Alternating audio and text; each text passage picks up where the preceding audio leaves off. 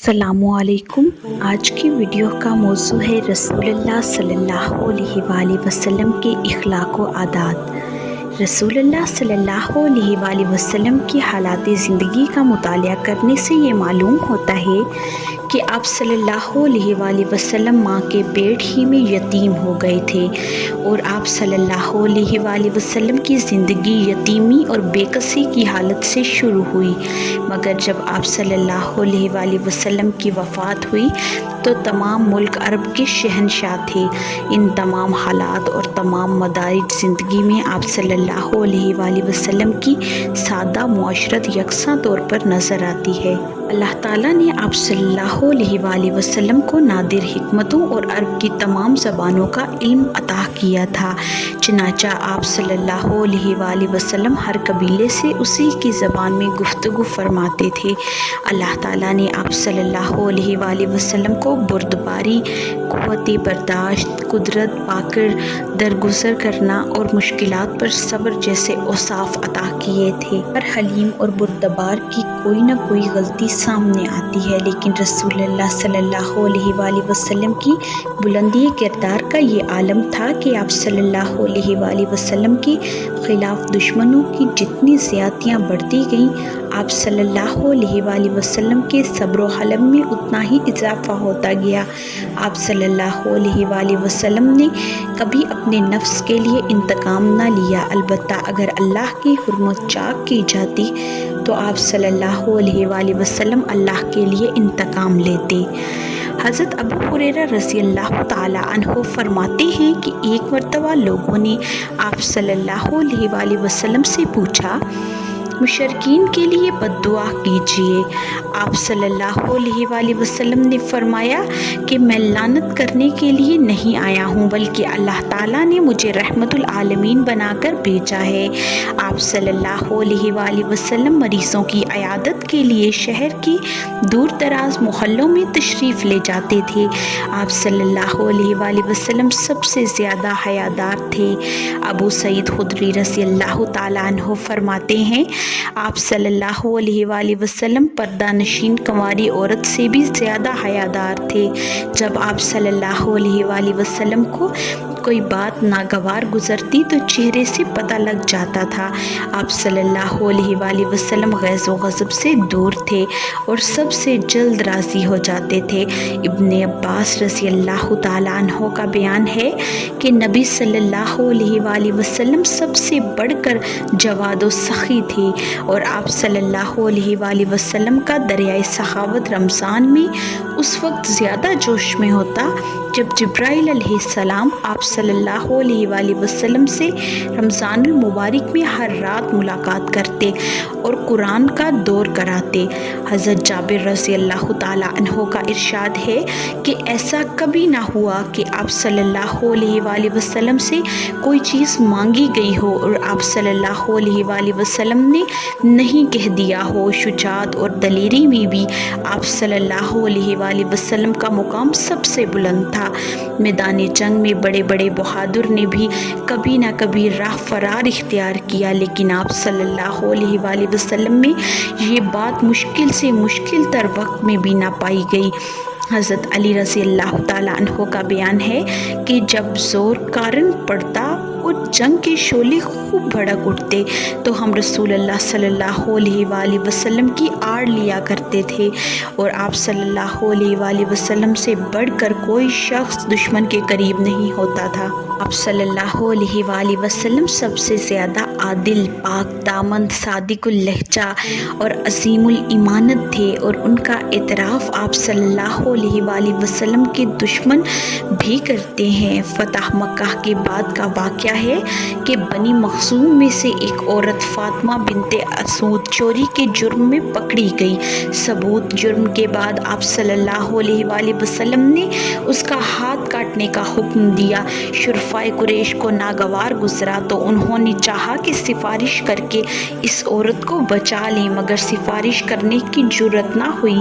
آخر میں اسامہ بن زید رضی اللہ تعالیٰ عنہ کو کہہ سن کر آمادہ کیا اور انہوں نے آپ صلی اللہ علیہ وآلہ وسلم سے سفارش کی۔ آپ صلی اللہ علیہ وسلم نے فرمایا اسامہ تم اللہ کی مقرر کردہ سزا میں سفارش کو دخل دیتے ہو۔ پھر آپ صلی اللہ علیہ وسلم اٹھے اور لوگوں سے خطاب فرمایا، اے لوگو، بنی اسرائیل میں بھی یہی قاعدہ تھا کہ جب کوئی ذی عزت شخص ان میں چوری کرتا تو اس پر پردہ ڈال دیتے، اور اگر کوئی غریب آدمی چوری کرتا تو اس پر حد جاری کرتے۔ خدا گواہ ہے اگر فاطمہ بنت محمد نے چوری کی ہوتی تو یقیناً میں اس کا بھی ہاتھ کاٹ ڈالتا۔ ایک بار آپ صلی اللہ علیہ وسلم سفر میں تھے، ایک بکری ذبح کرنے اور اس کا گوشت پکانے کا مشورہ ہوا۔ ایک نے کہا ذبح کرنا میرے ذمے، دوسرے نے کہا کھال اتارنا میرے ذمے، تیسرے نے کہا پکانا میرے ذمے۔ رسول اللہ صلی اللہ علیہ وسلم نے کہا ایندھن کی لکڑیاں جمع کرنا میرے ذمے۔ صحابہ کرام رضی اللہ تعالیٰ عنہ نے عرض کیا ہم آپ صلی اللہ علیہ وسلم کا کام کر دیں گے۔ آپ صلی اللہ علیہ وسلم نے فرمایا میں چاہتا ہوں کہ تم لوگ میرا کام کر دو گے۔ میں پسند نہیں کرتا کہ تم پر امتیاز حاصل کروں، کیونکہ اللہ اپنے بندے کی یہ حرکت ناپسند کرتا ہے کہ وہ اپنے آپ کو اپنے رفقا میں ممتاز سمجھے۔ اس کے بعد آپ صلی اللہ علیہ وسلم نے اٹھ کر لکڑیاں جمع فرمائیں۔ صحیح بخاری شریف میں حضرت عمر رضی اللہ تعالیٰ عنہ کا بیان ہے کہ رسول اللہ صلی اللہ علیہ وسلم نے فرمایا جس طرح نصرہ نے حضرت عیسیٰ علیہ السلام کی تعریف کر کے ان کو اپنے مرتبے سے بڑھا دیا، تم اس طرح میری تعریف کر کے مجھ کو نہ بڑھاؤ۔ میں بندہ ہوں، اس طرح کہا کرو خدا کے بندے، خدا کے رسول۔ آپ صلی اللہ علیہ وسلم اپنے اصحاب رضی اللہ تعالیٰ عنہ میں ملے جلے رہتے تھے اور مجلس میں جہاں جگہ مل جاتی تھی وہیں بیٹھ جاتے تھے۔ آپ صلی اللہ علیہ وسلم نوکروں کے کام میں شریک ہو جاتے تھے اور انہیں اپنے پاس بٹھا لیتے تھے۔ آپ صلی اللہ علیہ وسلم اپنے کپڑے خود سیتے تھے، اپنے جوتے خود ٹانکتے تھے، اپنی بکری خود دھوتے تھے۔ حضرت انس رضی اللہ تعالیٰ عنہ کا بیان ہے انہوں نے 10 سال تک رسول اللہ صلی اللہ علیہ وسلم کی خدمت کی، لیکن رسول اللہ صلی اللہ علیہ وسلم نے کبھی انہیں اف تک نہ کہا اور نہ کبھی عتاب فرمایا کہ یہ کام کیوں کیا اور یہ کام کیوں نہ کیا۔ آپ صلی اللہ علیہ وسلم سب سے زیادہ متواضع اور تکبر سے دور تھے۔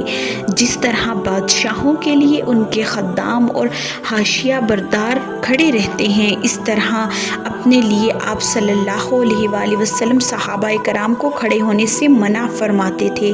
آپ صلی اللہ علیہ وسلم لایعنی باتوں سے زبان کو روکتے تھے، ہر قوم کے معزز آدمی کی تکریم فرماتے تھے اور اسی کو ان کا والی بناتے تھے۔ آپ صلی اللہ علیہ وسلم کسی کی مذمت نہیں کرتے تھے، کسی کو عار نہیں دلاتے تھے، کسی کو عیب جوئی نہیں کرتے تھے۔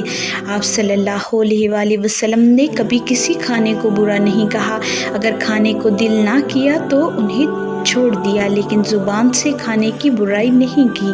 آپ صلی اللہ علیہ وسلم نے ریا سے ہمیشہ اپنے نفس کو پاک رکھا۔ آپ صلی اللہ علیہ وسلم کے پاس کبھی کسی چیز کی کثرت نہ تھی۔ جب آپ صلی اللہ علیہ وسلم کلام کرتے تو آپ کے رفقا خاموشی سے سنتے تھے، اور جب آپ صلی اللہ علیہ وسلم خاموش ہوتے تو لوگ گفتگو کرتے تھے۔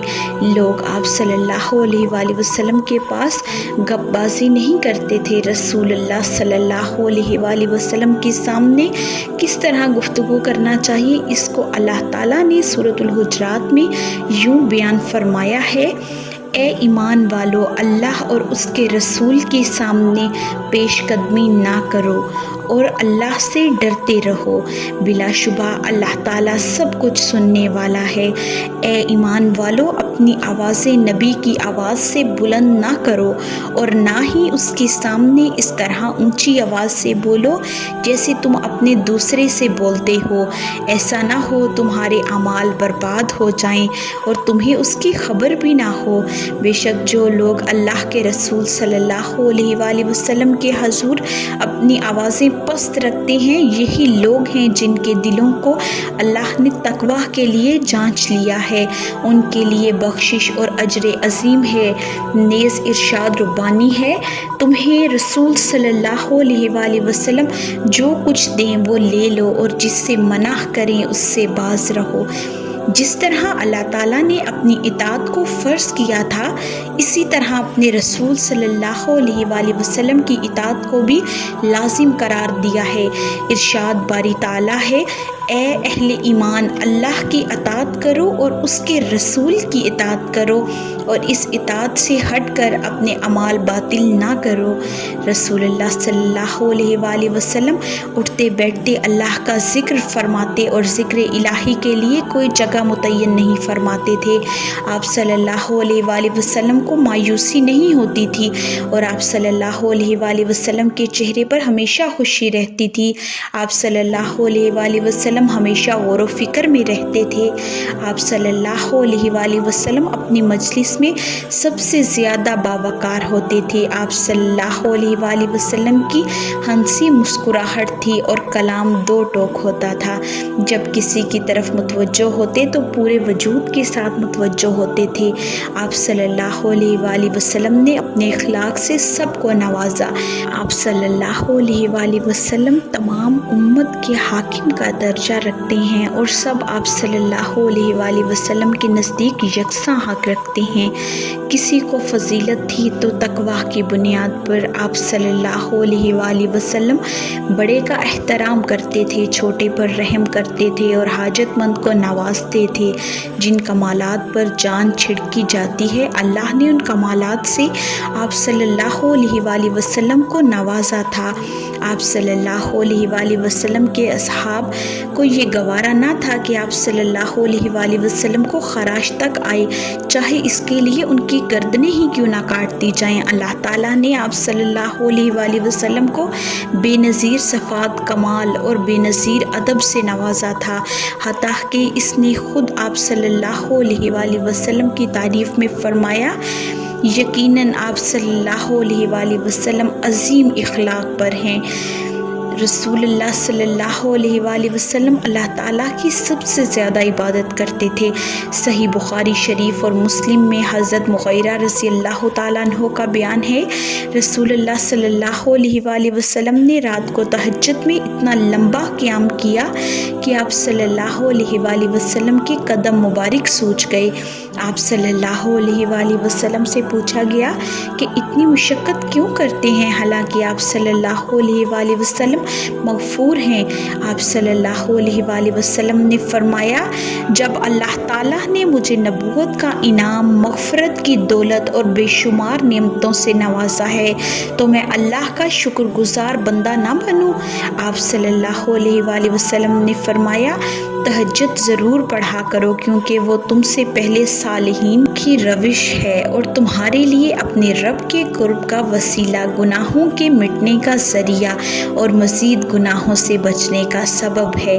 حضرت ابو ہریرہ رضی اللہ تعالیٰ عنہ کہتے ہیں، رسول اللہ صلی اللہ علیہ وآلہ وسلم فرمایا کرتے تھے کہ فرض نماز کے بعد سب نمازوں سے افضل تہجد کی نماز ہے۔ ترمذی میں حضرت ام حبیبہ رضی اللہ تعالیٰ عنہا سے مروی ہے کہ رسول اللہ صلی اللہ علیہ وآلہ وسلم نے فرمایا، جو شخص دن اور رات میں فرضوں کے علاوہ 12 رکعتیں سنتیں پڑھے، اس کے لیے بہشت میں گھر بنایا جاتا ہے۔ ان 12 رکعتوں کی تفصیل یہ ہے: 2 رکعت نماز فجر سے پہلے، 4 رکعت ظہر سے پہلے، 2 رکعت اس کے بعد، 2 رکعت مغرب کے بعد، 2 رکعت عشاء کے بعد۔ رسول اللہ صلی اللہ علیہ وآلہ وسلم کی نماز تہجد کا حسن اور طول بیان نہیں ہو سکتا۔ حضرت ابو ذر رضی اللہ تعالیٰ عنہ کہتے ہیں، رسول اللہ صلی اللہ علیہ وآلہ وسلم نے تہجد میں اتنا قیام کیا کہ اس ایک آیت کو پڑھتے صبح کر دی۔ سورۃ المائدہ کی وہ آیت ہے جس کا ترجمہ یہ ہے، اگر تو انہیں عذاب دے تو وہ تیرے بندے ہیں، اور اگر معاف کر دے تو یقیناً تو غالب اور حکمت والا ہے۔ ابو داؤد میں حذیفہ رضی اللہ تعالیٰ عنہ کا بیان ہے کہ انہوں نے رسول اللہ صلی اللہ علیہ وآلہ وسلم کو تہجد پڑھتے دیکھا۔ وہ کہتے ہیں سورۃ الفاتحہ کے بعد آپ صلی اللہ علیہ وآلہ وسلم نے سورہ بقرہ پڑھی، پھر رکوع کیا۔ آپ صلی اللہ علیہ وآلہ وسلم کا رکوع آپ صلی اللہ علیہ وآلہ وسلم کے قیام کی مانند تھا۔ پھر آپ صلی اللہ علیہ وآلہ وسلم نے رکوع سے سر اٹھایا۔ آپ صلی اللہ علیہ وآلہ وسلم کا قوما آپ صلی اللہ علیہ وآلہ وسلم کے رکوع کی مانند تھا۔ پھر آپ نے سجدہ کیا۔ آپ صلی اللہ علیہ وآلہ وسلم کا سجدہ آپ صلی اللہ علیہ وآلہ وسلم کے قومے کی مانند تھا۔ پھر آپ صلی اللہ علیہ وآلہ وسلم نے جلسہ کیا، یعنی سجدے سے اٹھ کر بیٹھے، اور آپ صلی اللہ علیہ وآلہ وسلم کا جلسہ آپ صلی اللہ علیہ وآلہ وسلم کے سجدے کی مانند تھا۔ پھر آپ صلی اللہ علیہ وآلہ وسلم نے 4 رکعتوں میں سورۃ البقرہ، سورہ آل عمران، سورہ نساء اور سورہ مائدہ پڑھی۔ سبحان اللہ، یہ تھی نور مجسم صلی اللہ علیہ وآلہ وسلم کی نماز تہجد۔ صرف 4 رکعات ہی میں آپ صلی اللہ علیہ وآلہ وسلم 7.25 پارے پڑھے۔ پھر رکوع، قومے، سجدے اور جلسے کی درازی اور ان میں تسبیحوں دعاؤں کو کثرت سے پڑھنا آپ صلی اللہ علیہ وآلہ وسلم پر ختم تھا۔ رسول اللہ صلی اللہ علیہ وآلہ وسلم عالم وجود کے سب سے عظیم بشر اور خاتم النبیین ہیں۔ اللہ تعالیٰ نے آپ صلی اللہ علیہ وآلہ وسلم کو رحمت العالمین بنا کر اس دنیا میں بھیجا۔ اللہ تعالیٰ خود جو کہ خالق کائنات ہے، آپ صلی اللہ علیہ وآلہ وسلم کی شان مبارک میں یوں بیان فرماتا ہے: بے شک اللہ تعالیٰ اور اس کے فرشتے نبی محمد صلی اللہ علیہ وآلہ وسلم پر درود بھیجتے ہیں۔ اے ایمان والو، تم بھی ان پر درود اور سلام بھیجا کرو۔ آج کی ویڈیو سیرت رسول اکرم صلی اللہ علیہ وآلہ وسلم کی سیریز کی آخری ویڈیو ہے۔ ویڈیو کو اینڈ تک دیکھنے کا بہت شکریہ۔ اگر آپ کو آج کی ویڈیو پسند آئی ہو تو لائک، شیئر، کمنٹ اور سبسکرائب ضرور کریں، اور گھنٹی کے نشان کو دبائیں تاکہ آپ کو آنے والی ویڈیوز کی نوٹیفیکیشن بر وقت ملے۔